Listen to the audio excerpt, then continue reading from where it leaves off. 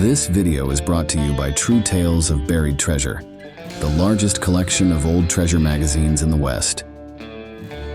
On our website, you can search for individual treasure stories by region, or buy our original magazines themselves. To pay us a visit, please click on the link in the description. Enjoy.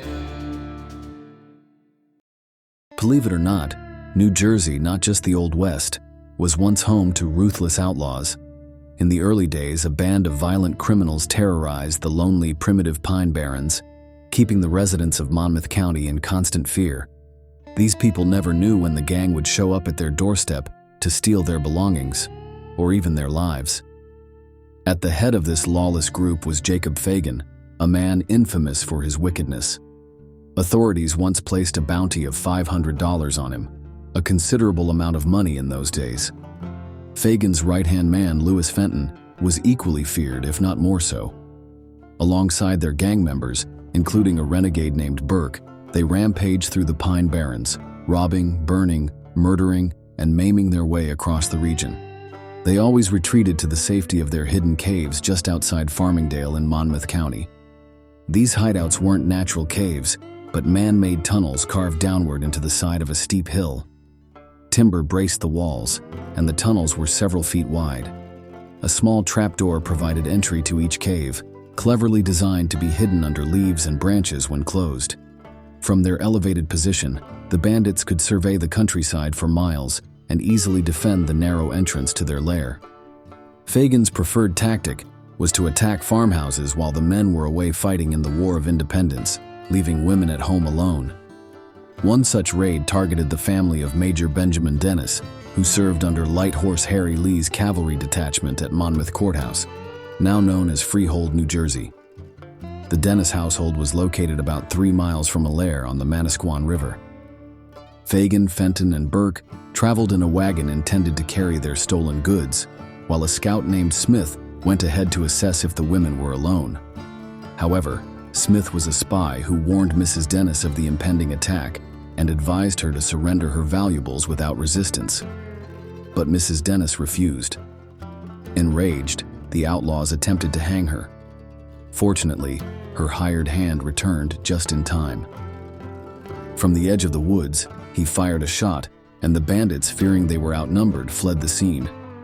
Fagan's greed wouldn't allow him to abandon the prospect of robbing the Dennis household, so he planned another raid a few nights later. But Smith once again warned Major Dennis, who prepared a trap for the unsuspecting outlaws. As they approached the farmhouse, soldiers with Major Dennis launched their attack. Fenton and Smith managed to escape, but Brook was killed, and Fagan was mortally wounded. Fagan's injuries proved fatal, and his body was later hanged from a chestnut tree along the Colts Neck Road, about a mile east of Monmouth Courthouse, as a grim warning to other would-be criminals. Fagan met his end in 1778, while Fenton was killed about a year later by soldiers after being caught stealing a mug of rum in front of our house tavern. In all, more than 25 Pine robbers were either shot or hanged at Monmouth Courthouse for their crimes of murder, robbery, and treason. But the question remains, did they leave their stolen wealth behind? It seems likely that their individual shares of loot were buried in or near the hillside caves they used as hideouts. Given the outlaws' distrust of banks, it's reasonable to believe that several caches of loot were hidden in or near the caves. Treasures never recovered because of the gang members' sudden capture and execution. With these thoughts in mind, I embarked on a journey to Farmingdale on a gloomy, overcast October morning, determined to find Fagan's cave. My research suggested that at least one of the caves was located in the woods off Georgia Tavern Road, about a quarter of a mile from our house tavern. Luckily, I had a guide, a young college student who was a direct descendant of the original property owners, themselves once terrorized by the Fagan gang. His father and grandfather had shown him what was believed to be the robbers' primary hideout. However, that was 6 years ago, and he hadn't visited the cave since. Still, he felt confident he could lead me to the spot. The trail we followed off Georgia Tavern Road was barely accessible by car.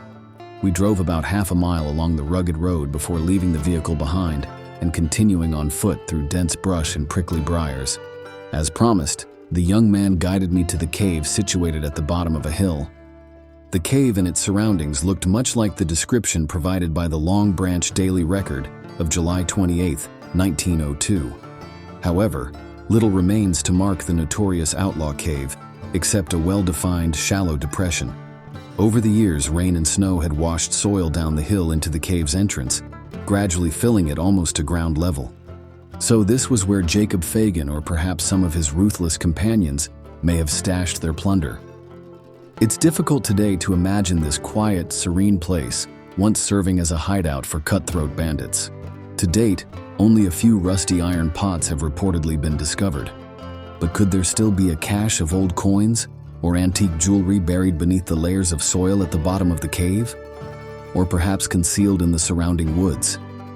I didn't find any treasure that day, nor was I able to locate any of the other outlaw caves rumored to exist in the area. Yet, I genuinely believe there may still be hidden treasure somewhere in this region, perhaps more than one cache. It's a promising lead worth investigating. However, it's important to remember that all the land in the area is privately owned, even though the locals are friendly and cooperative. Anyone wishing to search for the lost treasure should always seek permission before beginning their quest. Thanks for watching. If you'd like to read the original article or purchase the magazine from which it was taken, please check out our website, truetalesofburiedtreasure.com.